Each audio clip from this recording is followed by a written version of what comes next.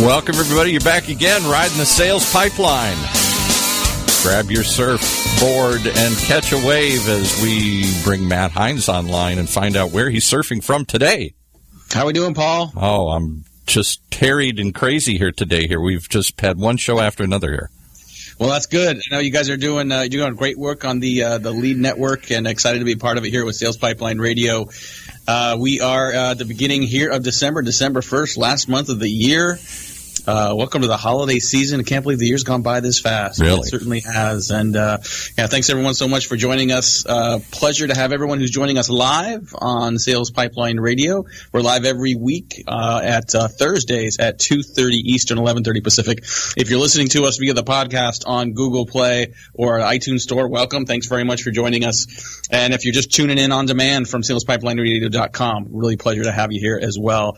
Our job is to feature guests who are experts and bringing great ideas in the way of sales pipeline, from the sales side, from the marketing side, from all elements of helping you build more predictable, repeatable sales pipelines. And we're going to get right to it, Paul. Like our guest today, he's got this amazing first name. His name is Paul Smith, and he's the author of the book Sell with a Story. He's one of the world's leading experts in organizational storytelling. He's also written books Lead with a Story, and we're definitely going to have to get to this one, Parenting with a Story. I feel like I really have had to sort of keep myself from taking the entire show and just talking about parenting with a story, because Lord knows I need that help with that. So, but we'll focus first on selling with the story. Paul, thanks so much for joining us.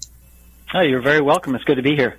Oh, thank you very much. Well, you definitely want to check out some more of what Paul's done. His book, Sell with a Story, Lead with a Story, Parenting with a Story. You can find all of them on Amazon, and check out more from Paul at leadwithastory.com. But, want to start with you, Paul, and find out, what do you consider – what is a sales story? I mean, I often think of things in terms of sales pitches, sales presentations. You don't hear the term sales story very often. What does that mean? Yeah, so when I say story, I actually mean a real story, which is simply a narrative about something that happened to somebody. As opposed to, if you start off your discussion with, there are 3 reasons why you got to buy my product. You're into a sales pitch. You're not into a sales story. A story has a time and a place and a main character, and that character's got a goal, and usually there's an obstacle getting in the way of that goal, and hopefully there's a nice resolution at the end where they either succeeded or failed, and sometimes the failures are even more interesting. So I mean a real storytelling and its use in sales. In fact, can I share an example? Yeah, please. Yeah, so this one actually happened to me and my wife personally just a year ago. We were at an art fair. She was looking for a piece of art for our son's bathroom at home. And we got to this booth of this one underwater photographer, a guy named Chris Goog, and he just does these fascinating, fabulous pictures of sea anemones and coral reefs and stuff like that, just mesmerizing stuff. And she gets attached to this one picture that, to me, looked about as out of place as a pig in the ocean. And the reason is because it was literally a picture of a pig in the ocean. And I just thought that was the silliest thing. And so I finally got a chance to ask the guy, a question like, dude, what's up with the pig in the ocean? And that is when the magic started. That's when he said, oh, yeah, it was the craziest thing. He said, that picture was taken off the coast of this uninhabited island in the Bahamas called Big Major Cay. And he said apparently what happened was a few years ago, a local entrepreneur decided to raise a pig farm, I guess for bacon. And he said, and he found this uninhabited island. He could keep them for free. So he throws them out there, and he says, but if you'll notice in the background in the picture, there's not much more on that island to eat other than cactus. And he said, that's obviously not very good. Like, pigs don't like cactus. And he said, so they weren't eating, weren't thriving. He said, but fortunately, for some, coincidentally, a local restaurant owner on a neighboring island was boating his kitchen refuse every night over to Big Major Cay and dumping it a few dozen yards offshore just to get rid of it. Well, pretty soon, these hungry little pigs, they smell the food, and they're hungry enough that they get brave enough to swim out into the water and get the food. And first it's one pig, and then it's 2, and here it is 3 or 4 generations later, and all the pigs on Big Major K can swim. And he said, so it was easy for me to get the shot. I just literally had to lean out of the boat because these pigs have been trained that anytime a boat comes nearby, they think they're going to get fed, right? So they dog paddle or pig paddle their way out there. Anyway, of course, at that point, I got my credit card out, and I'm like, we'll take it. Right? So completely sold right now, right? And 2 minutes ago, that picture was worth nothing to me. But after hearing that one little 2-minute story, now I had to have it, and it's because now I was buying a story, not just a picture. So that's just one example of a story that could be used for sales purposes. Obviously, selling that particular story, and I call that a value-adding story. It's the type of story that makes the thing you're selling more valuable than it would have been if you hadn't told the story. So powerful, so powerful. And so talking today on Sales Pipeline Radio with Paul Smith, the author of Sell with a Story, and giving great examples of just how important stories are. Now, in selling anything from enterprise solutions to, photography and art. And I think I've noticed that sometimes the best speakers that I see at events are those that tell stories. I mean, you can see them, when they get up on stage and they pause for dramatic effect and say, well, let me start by telling you a story. I mean, phones go down, laptops go down, eyes go up, people pay attention, and they're listening, and I think, I think about that in a sales context. A lot of salespeople want to get right into their pitch. They want to be efficient and get right to their demo. Talk about sometimes I think, 3 steps are faster than one. You tell a story, you get someone engaged, you get them more interested in hearing what the enabler of that story is or what's interesting behind it. Talk about this in the sales process for, say an enterprise seller who's not selling something maybe as exciting as, photography of pigs on an island. Is this still relevant in that kind of a context? Yeah, absolutely. So you asked the right question about where does this fit in the sales process, and because it's not just in the sales pitch itself. You can definitely use storytelling during the sales pitch, but it's useful all across the entire sales process. In fact, I interviewed sales and procurement professionals from over 50 different companies to try and figure out where storytelling was working in the sales process. And I found that it was working all the way from the beginning of when you first introduce yourself to a prospect through to building rapport with the buyer or the prospect, to the actual making of the sales pitch itself, to handling objections and closing the sale, and even stories that salespeople are using to manage customer relationships after the sale. So I ended up documenting 25 different types of stories that great salespeople are telling, and I shared one with you already that I call the value-adding story, and that definitely is a story you would tell during the main sales pitch. But it's not just for sexy things like photography. Any product can benefit from a story. For example, one of those types of stories you tell during the main sales pitch is what I call a story to explain the problem, right? And so it's basically you're telling the story of the quintessential problem that your product or service is designed to solve. So it's a story about another client of yours or just a fictitious or typical industry that you would serve, and you're telling it in a story format of the problem they run into, and then you can stop and say, okay, see, at this point, if they had my product or service, this story would have ended very differently. But they didn't, and so here's all the bad stuff that happened. And if they did, and if you have a success story, that's another type of story, you can tell that story with a happy ending, and that's usually because they've bought your product or service. And so those are 3 of the types of stories that you would tell actually during the sales pitch: a problem story, a success story, and a value-adding story. But there's 22 other types that you might tell all across the sales process. Yeah, and you outline a lot of those stories really well in the book Sell with a Story. You can learn more about Paul Smith and his 3 books, including Sell with a Story, at leadwithastory.com. And it seems to me that, the storytelling and sort of the reason why people are engaging is really the heart of the sales process, right? I mean, convincing someone that they understand your product is interesting, but really only interesting if they believe in the context into which it provides value, believe in the outcome that it represents, and telling stories about its impact, telling even sort of origin stories I've seen work really well, where you can come in and say, I tried to solve this problem 14 different ways and got super frustrated in my job and finally came up with a better way and decided to start a business around it. Even those origin stories can be part of the act. So, how much and before we had to break here, how much do people have to think about the origin of, these stories around their product in the context versus how much can people tell stories about themselves? Yeah, the answer is both. So out of those 25 types of stories, some of them will be stories about themselves personally, and that typically happens when you're introducing yourself to the buyer to explain who you are and what you do, or in the rapport building phase where you're explaining, why it is you chose this profession or something just to get to know you personally. But those origin stories also happen in that rapport building where you're telling them about the origin of the company that you work for, because that rapport building places where they're getting to know you and the company that you represent. So you definitely need, I call them founding stories. Origin stories is just it's a fine name for it as well. You definitely need the story of the origin of your company and the origin of the product or service that you're selling on that particular day. Which kind of gets you into the sales pitch part. So you need all of those types of stories and more. That's right. When we get back from break here, I want to talk a lot more with Paul Smith, the author of Sell with the Story. We're going to learn more about both Sell with the Story and Lead with the Story. We're going to talk about customer stories and how to incorporate those into the conversation as well. And we're absolutely going to talk about parenting with the story as well. We'll be right back. This is Sales Pipeline Radio. In a world where the speed of innovation and change in B2B marketing has never been greater, the only thing bigger is the need for clarity, or a blueprint, for a guide to what's really working and how to apply it specifically to increase sales pipeline growth, velocity, and conversion. That's what you'll find in the Modern Marketer's Field Guide. Download it free at HeinzMarketing.com.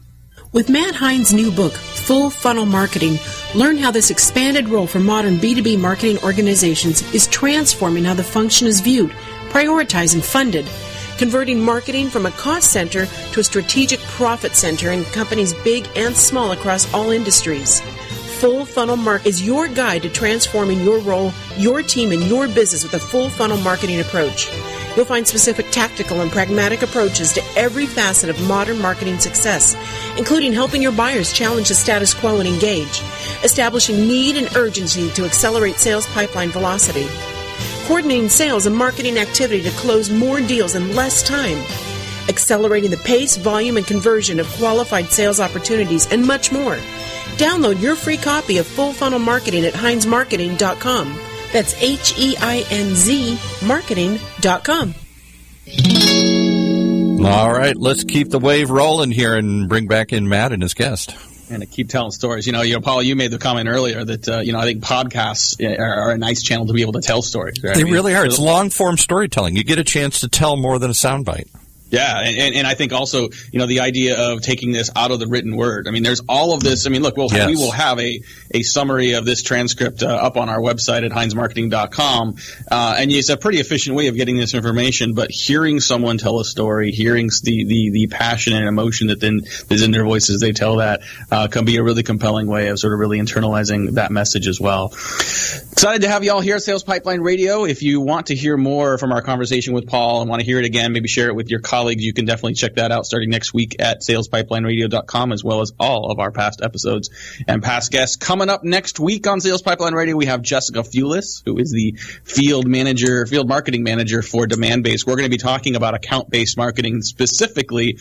If you like the idea of account-based marketing and want to help kind of evangelize that internally, we're going to talk about evangelizing and selling account-based marketing internally. That sounds very meta, but a lot of companies are trying to build that momentum internally. Good way to practice building consensus among an internal buying committee. So we'll get into that next week. But today we're talking about storytelling as part of the sale with Paul Smith, the author of Sell with a Story, Lead with a Story, Parenting with a Story. You can learn more about him and his books at leadwithastory.com. And I referenced before the break, Paul, the idea of customer stories. At what point do you inquire about, or do you ask for the customer story, or identify a customer story that you can align your product and solution with? Where does that play into this? Yeah, so you definitely want to have customer success stories. I mean, probably the most famous example of one is the Jared, story at Subway, right? The guy that weighed 300-plus pounds and lost it just by eating a Subway diet. Now, that story has a sad ending, so they don't use it anymore. But that's an example of a customer story. And you definitely need to look for them among your current customer base, because you want to be able to tell prospective customers about how happy your current customers are, and you need to have those stories as opposed to just being able to say, well, we have a 95% satisfaction rate with our product. I mean, that's nice, and you want to have those kind of facts on hand, but it's far better if you can actually tell actual stories of successes. And those normally come at the end of a problem story. So, in fact, let me give you an example. One of my favorite problem stories from the book is about a guy that sells computer software security protocols, which is a mouthful, but basically they're the companies that keep your online transactions from being secure. And when he makes a sales call on a bank, he typically tells them about a personal experience he had in Las Vegas. He said, I was there for a sales conference a few years ago, and you know how it is in Vegas. You go to the conference during the day and go have dinner, and then you go to the casinos. And so he said, I was at the casinos and I was losing some, then I won some, then I lost some, then I lost some more, and then I lost some more, and it's 1 o'clock in the morning and I'm out of cash, and so I go to the ATM machine to get some money, and it denied my transaction. And so I thought I just put the pin in wrong, so I put it in again, and it denied it again. I tried another machine, denied again. And so at that point, I know what's going on, right? I live in New Jersey. Here I am in Las Vegas all of a sudden. I'm trying to get a boatload of cash out of a machine. They think somebody stole my credit card. And he's like, I am totally fine with that. I love it that my bank is looking out for my better interest. The problem I have is what they did about it. He says they called my wife, like, at home in New Jersey at 4 o'clock in the morning, right? And can you imagine what that side of the conversation was like? Oh, I'm sorry to wake you up, Mrs. Moulton, but it's 1 a.m. in Las Vegas, and your husband's trying to get a boatload of cash. Do you approve this transaction? Well, say, can you imagine how livid she was, and then how livid I was that they had called her? He said, I mean, if they had our software, here's where the problem story becomes a customer success story. If they had our product or service, they would have, sent me a text to my phone, asked me for a special PIN, or asked me a security question, or, some other way of resolving the problem, as opposed to calling home and waking up my wife, because all that does is piss me off and keep me from doing legitimate business with them. Oh, by the way, that's not my credit card company anymore. I dumped them on the spot. So that's a problem story that then can become a customer success story if it's got a happy ending. I feel like the idea of stories have really started to permeate businesses better in a lot of different formats. The idea of agile software development. You've got companies with Post-it notes up on a wall determining what they're going to build next, and those aren't features; those are stories. I mean, they specifically call them and write them as stories. It's the job that needs to be done. It's the story of how a customer needs to use the product that becomes what they develop. So, I mean, this is definitely something that is permeating business, not just on the sales and marketing side as well, which is great. Talk about some mistakes people make when it comes to storytelling. What are some of the common things that you see that make you cringe that you want to make sure people avoid? Yeah, the cringe factor. Yeah, some of the most common mistakes I see, the two most common, are apologizing for or asking permission to tell a story. And you've seen that before. You'll be in a meeting with people and somebody will raise their hand and say, I'm sorry to interrupt, but can I just tell a quick story? I promise it'll just take a minute. Now, what does that communicate to you about how valuable they think that story is? But not very good. Exactly. If they're already apologizing for it and asking permission to tell it, clearly they don't think it's as important as what they were going to say. And if you don't think your story is very important, then by all means don't tell it, right? Just get back to the bullet points on slide number 72. But if you do think your story is important, then just tell it, right? Leaders don't ask permission to lead. They just lead. Salespeople don't ask permission to do their job. They just do it. So never apologize or ask permission to tell a story. In fact, I tell people, go one step further. Don't even tell people you're going to tell them a story. Right? So I tell people, don't even say, hey, gather around, I'm going to tell you a story now. I mean, unless you're talking to a bunch of kindergartners, that's probably not going to help you, right? Because, we're adults. We don't need to be told we're going to be told a story. Just start telling the story and let it do its work. So speaking of kindergartners, we're going to run out of time here at some point, and I now to make sure I ask about the book Parenting with a Story. Yeah. So tell me, I want two questions. One, why did you decide to take this angle and talk about it with parenting? I know you've got a couple kids of your own, and you live in the Seattle, Cincinnati area. Yep. But why that angle, and how does storytelling work differently potentially with kids than it does with adults in the other contexts? To the first question of why is I wish I could say it was my idea, but as I was writing the first book, Lead with a Story, and I was starting to share some of the stories I'd gotten from these executives with other people, I consistently heard this feedback, wow, I think I could use that at home with my kids. Mm-hmm. I thought that was strange at first, but I kept hearing it, and then it finally dawned on me that there really is a lot of similarities between leading people at work and parenting kids at home. I mean, in both cases, you're the boss in some sense. In both cases, you care about their growth and development. In both cases, eventually they're going to grow up and kind of outgrow you and move on to something better. And so there really are a lot of similarities. And I thought, wouldn't it be great if I had a bunch of stories that really were designed to be told to your kids and not just some you're co-opting from the office and bringing home. And so I interviewed another set of 100 people around the world in 20 different countries to find their most meaningful life moments where they learned an incredible life lesson, worthy of passing along to the next generation. And I put those into a book. And so it really is just a collection of short stories that deliver lessons on things like ambition or creativity or curiosity or integrity or hard work or kindness and patience. I mean, it's character traits. So the book is divided up into different character traits you probably want your kids to have.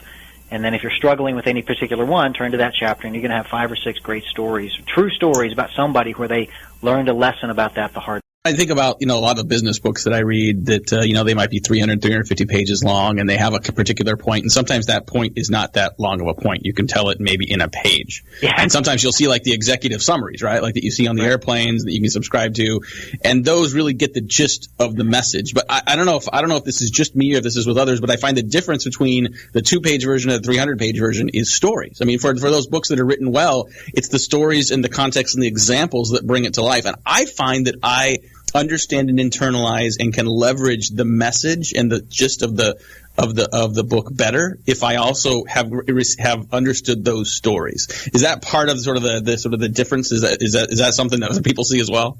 Yes. In fact, that's one of the many reasons why storytelling is so powerful. Is it makes things easier to remember. In fact, there are a number of studies show that facts are between 6 and 22 times more likely to be remembered if they're embedded in a story than if they're just given to people in a list. And you don't have to believe any of those studies because I can prove it to you and your audience right now by just saying this. All of you know that if I were to give you a list of the top 10 reasons why storytelling works right now, and I could, that none of you would remember that list tomorrow, right? It would just be a list of 10 things. You might remember 2 or 3 of them. But all of you listening to this right now know that by this time tomorrow, you will remember the story of Pig Island. Right? Exactly. I was just going to say. Yeah, next month and next year even. I bet you a year from now, Matt, you could tell the story of Pig Island and get most of the facts right. But you wouldn't remember any of the list of reasons why storytelling works that I could give you right now. That's the power of a great story. So, before I run out of time, how do you teach this? I mean, I definitely encourage people, if you haven't read the book, Sell with a Story, and even Lead with a Story, which, is in, I think it's 8th printing. It's available in numerous languages. And so you'll get any of these different books on Amazon and on Paul's website, leadwithastory.com. But, how do people begin to learn how to tell better stories? How can you, as a manager, teach people to be better at storytelling? Yeah, so the first step is kind of like Alcoholics Anonymous, right? You have to admit that you have a problem.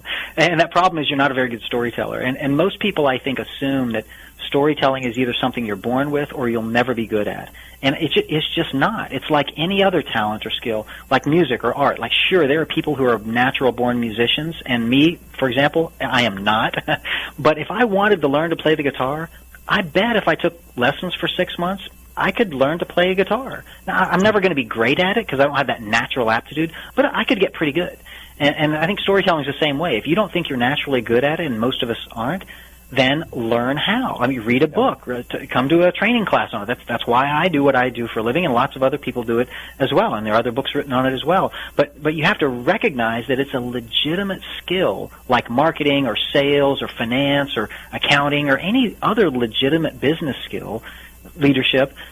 Storytelling is a skill, and it can be learned and it can be honed. But you can't just practice. You can't just say, oh, well, I'll just get a guitar or a piano and I'll just start banging around on it and eventually I'll learn. No, you'd go to a teacher and you'd hire somebody to give you lessons. You'd read a book on it. You'd practice. Treat storytelling the same way and you will get it. Paul, this has been awesome. This has been so much fun to talk to you and learn more about this. This will forevermore be known as the Pig Island episode of Sales Pipeline Radio. So appreciate you joining so much and sharing so many good stories and so many good insights. If you want to learn more about Paul, more about his books, I highly encourage you to check out leadwithastory.com. You can order his books directly there. He has his own blog and podcast, and he's shares just a ton of other information and shockingly shares a lot of great stories as well. So thanks so much, Paul, for joining us today. For those of you that are joining us online, appreciate you. For those of you that are joining us live, I appreciate you as well. Make sure you join us next week, Thursday, 2:30 Eastern, 11:30 Pacific. We'll be talking about account-based marketing and how to evangelize that internally. And make sure you check out more of Paul and Sell with a Story on SalesPipelineRadio.com and also the summary of this conversation on HeinzMarketing.com. With that, for both Paul Smith as well as Paul, our producer, this is Matt Heinz. Thanks very much for joining us. See you next week. Sales Pipeline Radio. You were listening to some great stories today, and the only place you can collect them, Sales Pipeline Radio. Matt Heinz from Heinz Marketing.